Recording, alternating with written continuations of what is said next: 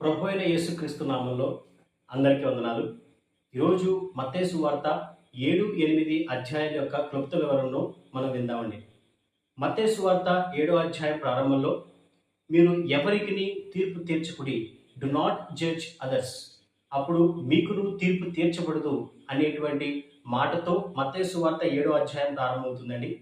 ఆ తర్వాత మరి అవతలి వ్యక్తిని సరిచేసే ముందు, అవతలి వ్యక్తి జీవితంలో ఆ యొక్క తప్పుల్ని వెతికే ముందు, చూసే ముందు, ముందు మీ జీవితాలను, మీ తప్పులను సరిచేసుకోండి అని ప్రభు చెప్పడము మనం చూస్తాం. ఆ తర్వాత పరిశుద్ధమైనవి కుక్కలకును, మీ యొక్క అమూల్యమైన ముత్యములను పందుల యొద్ద వేయకండి. అంటే మన యొక్క మంచి సలహాలను, మంచి ఆలోచనలను, మరి మంచి గద్దింపును మాట విననటువంటి ఆ యొక్క మూర్ఖుల దగ్గర, ఆ యొక్క పనికిమాలిన వారి దగ్గర అవి చెప్పకండి. ఎందుకంటే ఆ మంచి వాటిని బట్టి మరి తిరిగి మిమ్మల్ని మీకు హాని చేసే, మీకు కీడు చేసే ప్రమాదం ఉంది అని చెబుతూ అక్కడ మరి వాక్యం ఏం రాయబడిందో మనం చూద్దామండి. వాటిని కాళ్ళతో త్రొక్కి మీ మీద పడి మిమ్మును చీల్చివేయును.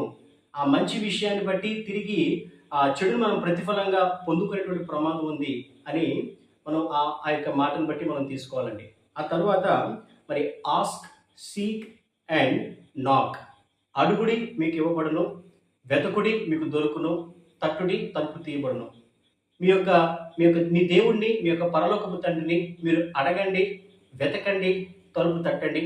అప్పుడు మీ పరలోకపు తండ్రి మీకు మంచి ఈవుల్ని ఇవ్వడానికి ఇష్టపడుతున్నాడు కాబట్టి ఖచ్చితంగా మీకు సహాయం చేస్తాడు అని ప్రభు చెప్పడం మనం చూస్తాం. మరి ఆ తర్వాత మరి కావున మనుషులు మీకు ఏమి చేయాలని మీరు కోరుదురో అలాగుననే మీరును వారికి చేయుడి. ఇది ధర్మశాస్త్రమును ప్రవక్తల ఉపదేశమని ఉన్నదని ప్రభు చెప్పడం మనం చూస్తామండి. ఆ తర్వాత మరి ఆ యొక్క నేరో అండ్ వైడ్ గేట్స్, ఇరుకు ద్వారమున ప్రవేశించండి. నాశనానికి పోయేటువంటి ఆ యొక్క మార్గము ఎంతో విశాలమైంది, అందులో ప్రవేశించేవారు అనేకులు, కానీ మరి జీవానికి వెళ్ళేటువంటి మార్గము ఎంతో ఇరుకుగా, సంకుచితంగా ఉంటుంది. మీరైతే ఆ యొక్క ఇరుకు మార్గంలో ప్రవేశించండి. గో త్రూ దట్ నారో వే అని యేసుక్రీస్తు ప్రభు చెప్పడం మనం చూస్తాం. ఆ తర్వాత బివేర్ ఆఫ్ ఫాల్స్ ప్రొఫెట్స్, అబద్ధ ప్రవక్తలను గూర్చి జాగ్రత్త పడండి. వారు గొర్రె చర్మము కప్పుకున్నటువంటి తోడేళ్ల వంటి వారు, మరి వారి వారి ఫలముల చొప్పున మీరు వారిని తెలుసుకుంటారు అని ఆయన చెప్పడము మనం చూస్తామండి. ఆ తర్వాత ప్రభువా ప్రభువా అని పిలిచి ప్రతి వాడును పరలోక రాజ్యము చేరుడు కానీ, మరి ఎవరైతే తండ్రి చిత్తాన్ని జరిగిస్తారో వారు మాత్రమే ప్రవేశిస్తారు అని చెప్తూ మరి దానికి ఆయన ఒక ఉదాహరణ చెప్పడం మనం చూస్తామండి. ఆ యొక్క example the wise and foolish builders, మరి ఆ యొక్క ఉదాహరణ మనం చూద్దాం ఆయన ఏం చెప్పారో. కాబట్టి ఈ నా మాటలు విని వాటి చొప్పున చేయు ప్రతి వాడును బండ మీద తన ఇల్లు కట్టుకున్న బుద్ధిమంతుడిని పోలి ఉండును. వాన కురిసెను, వరదలు వచ్చెను, గాలి విసిరి ఆ ఇంటి మీద కొట్టెను గాని దాని పునాది బండ మీద వేయబడిన కనుక అది పడలేదు. మరియు ఈ నా మాటలు విని వాటి చొప్పున మరి చేయని ప్రతి వాడును ఇసుక మీద తన ఇల్లు కట్టుకున్న బుద్ధిహీనుని పోలి ఉండను. వాన కురిసెను, వరద వచ్చెను, మరి ఎప్పుడైతే ఆ యొక్క వరద, ఆ యొక్క వాన ఇంటిని కొట్టిందో అది కూలిపోను, దాని యొక్క పాటు గొప్పదని ఆయన చెప్పినట్టుగా మనం చూస్తామండి. ఆ తరువాత యేసుక్రీస్తు ప్రభు ఆయన మాటలను ముగించినప్పుడు జన సమూహములు ఆయన చూసి ఎంతో ఆశ్చర్యపడతారండి. ఎందుకంటే ఆయన యొక్క ఆ యొక్క శాస్త్రంలోనే కాకుండా అధికారం గలవాని వలె వారికి బోధించడము వారందరూ కూడా చూస్తారు. సో ఇది మత్తయి సువార్త 7వ అధ్యాయం. మత్తయి సువార్త 7వ అధ్యాయంలో వీటన్నింటినీ మనం చూస్తామండి. మత్తయి సువార్త 8వ అధ్యాయంలో యేసుక్రీస్తు ప్రభు కొండ మీద నుండి దిగుతున్నప్పుడు అనేక మంది జనసమూహము ఆయన వెంబడిస్తున్నట్టుగా రాయడం మనం చూస్తామండి. ఆ తర్వాత Jesus heels a man with leprosy, ఒక కుష్ఠరోగి ఆయన దగ్గరకు వచ్చి ప్రభువా నీకు ఇష్టమైతే నువ్వు శుద్ధినిగా చెయ్యి అన్నప్పుడు ప్రభు తన చెయ్యి చాపి ఆ వ్యక్తిని ముట్టి నాకు ఇష్టమే శుద్ధిరవు కమ్మను అని చెప్పినప్పుడు, ఆయన ఆజ్ఞాపించినప్పుడు మరి ఆ వ్యక్తి స్వస్థపరచబడడం మనం చూస్తాం. ఆ తర్వాత ఆయన అన్నటువంటి మాట, నీవు ఎవరికి ఏమీ చెప్పకు కానీ మరి యాజకునికి నీవు కనపరుచుకుని మోషే నియమించినటువంటి కానుకను నీవు సమర్పించు అని ప్రభు చెప్తారండి.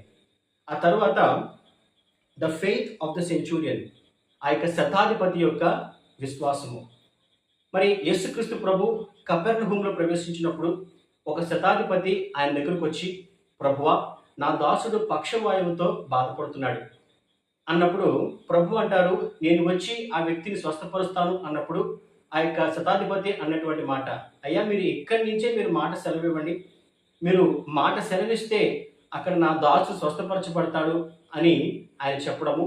ఇంకా ఆయన అంటాడు, నేను కూడా అధికారానికి లోబడిన వాడిని, మీరు నా ఇంట్లోనికి రావడానికి నేను పాత్రుడిని కాదు, మరి నా కింద కూడా కొంతమంది సైనికులు ఉన్నారు, నేను ఒకరిని పొమ్మంటే ఒకడు పోవును, ఒకడు రమ్మంటే వచ్చును, కాబట్టి మీరు మాట మాత్రము సెలవివ్వండి, అప్పుడు నా దాసుడు స్వస్థపరచబడతాడు అని చెప్పినప్పుడు ఆ యొక్క శతాధిపతి మాటలను బట్టి యేసుక్రీస్తు ప్రభు ఆశ్చర్యపడి మరి ఆయన్ని వెంబడిస్తున్న వారి వైపు చూసి ఆయన ఇలా అంటారు, మరి ఇజ్రాయేలులో కూడా ఇంత గొప్ప విశ్వాసాన్ని నేను చూడలేదు. ఆ యొక్క తూర్పు నుండి పడమట నుండి అనేక మంది అబ్రహాము, ఇస్సాకు, యాకోబులతో కలిసి పరలోక రాజ్యంలో చేర్చబడతారు, కానీ రాజ్య సంబంధులు అనగా రాజ్య కుమారులు మరి వారు బయటికి ఆ యొక్క చీకటిలోనికి వారు త్రోసివేయబడతారు, అక్కడ ఏడ్పును పండ్లు కొరుకుటయు ఉంటుంది అని ఆయన చెప్పడము మనం చూస్తామండి. ఆ తర్వాత యేసుక్రీస్తు ప్రభు అనేక మందిని స్వస్థపరచడం. మరి యేసయ్య పేతురు ఇంటికి వెళ్ళినప్పుడు పేతురు అత్త జ్వరంతో బాధపడుతున్నప్పుడు ఆమె చేతిని ముట్టి ఆ జ్వరాన్ని గద్దించినప్పుడు పేతురు యొక్క అత్త స్వస్థపరచబడుతుంది. ఆ తర్వాత అనేక మంది దెయ్యము పట్టిన వారిని, అనేక మంది రోగపీడితులను యేసుక్రీస్తు ప్రభు స్వస్థపరిచినట్టుగా మరి అక్కడే ఒక ప్రవక్త యొక్క మాట నెరవేరబడినట్టుగా కూడా మనం చూస్తామండి. ఆ మాట మనం చదువుకున్నట్లయితే, అందువలన ఆయనే మన బలహీనతలను సహించుకొని మన రోగములను భరించినని ప్రవక్త అయిన యెషయా ద్వారా చెప్పబడినది నెరవేరును. మరి దాని తర్వాత మనం చూసినట్లయితే, son of man has nowhere to లే హిస్ హెడ్. ఒక శాస్త్రి ప్రభు దగ్గరికి వచ్చి, అయ్యా నేను మిమ్మల్ని వెంబడిస్తాను, మీరు ఎక్కడికి వెళితే అక్కడికి నేను వస్తాను అని చెప్పినప్పుడు ప్రభు అన్నటువంటి మాట, మరి నక్కలకు బొడిలను ఆకాశ పక్షులకు నివాసములను కలుగు గాని మనుష్య కుమారునికి తల వాల్చుకున్నట్టుకైనను స్థలము లేదని అతనితో చెప్పినట్టుగా మనం చూస్తామండి. ఆ తర్వాత జీసస్ కామ్స్ ద స్టార్మ్. యేసు ప్రభు తన శిష్యులతో కలిసి ఒక దోణి ఎక్కి ఆ యొక్క సముద్రంలో ఆయన ప్రయాణం చేస్తుండగా ఆ యొక్క సముద్రంలో తుఫాను వస్తుందండి. ఆ యొక్క తుఫాను బట్టి, ఆ యొక్క గాలిని బట్టి ఆ యొక్క దోణి అలల చేత కొట్టబడుతూ ఉంటుంది. అప్పుడు శిష్యులందరూ కూడా ఎంతో భయపడి, ప్రభువా నశించిపోతున్నాము, మమ్మల్ని కాపాడండి అని చెప్పి ఆయన లేపినప్పుడు ఆయన అన్నటువంటి మాట, అల్ప విశ్వాసులారా మీరు ఎందుకు భయపడుతున్నారు అని చెప్పి మరి వెంటనే ప్రభు లేచి ఆ యొక్క గాలిని, ఆ యొక్క సముద్రమును గద్దించినప్పుడు అవి నిమ్మలమాయను. మరి వెంటనే ఆ యొక్క శిష్యులు అనుకుంటారు, మరి ఈయన ఎవరో, ఈయనకి గాలియు సముద్రమును లోబడుచున్నవి అని వారు చెప్పుకున్నట్టుగా రాయబడడం మనం చూస్తామండి. ఆ తర్వాత Jesus restoring to demon possessed men. ఆయన ఆ యొక్క గదరేనీల దేశము చేరినప్పుడు దెయ్యము పట్టిన ఇద్దరు మనుషులు ఆ యొక్క సమాధుల నుండి లేచి వారు తిరుగులాడుతూ ఉంటారండి. ఆ మార్గం గుండా ప్రవేశించడానికి కూడా అందరూ భయపడతారు, ఎందుకంటే వారు చాలా ఉగ్రులుగా ఉంటారు. మరి ఎప్పుడైతే యేసుక్రీస్తు ప్రభు అక్కడికి వస్తారో వారిద్దరూ కూడా ప్రభు దగ్గరికి వస్తారు. వచ్చి, దేవుని కుమారుడా, మరి మాతో నీకేమి, మరి కాలము రాకమునిపే మమ్మల్ని బాధించడానికి ఇక్కడికి వచ్చారా?